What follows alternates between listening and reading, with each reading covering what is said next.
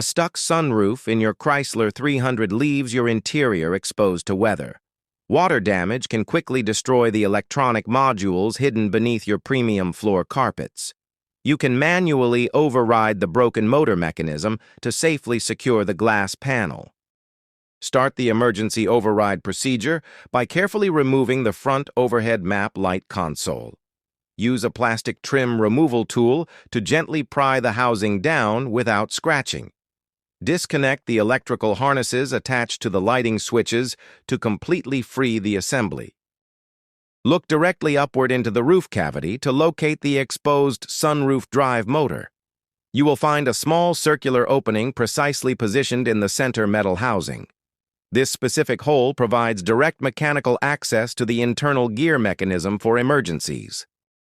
Insert a 4mm hex Allen wrench directly into the center of the motor.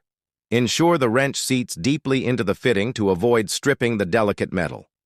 Rotate your wrench firmly in a clockwise direction to begin moving the heavy glass.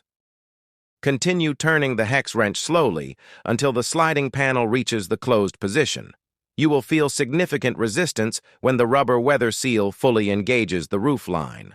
Stop turning immediately once the glass aligns perfectly flush with the exterior roof panel. Reconnect the overhead console electrical plugs carefully before snapping the plastic housing back up.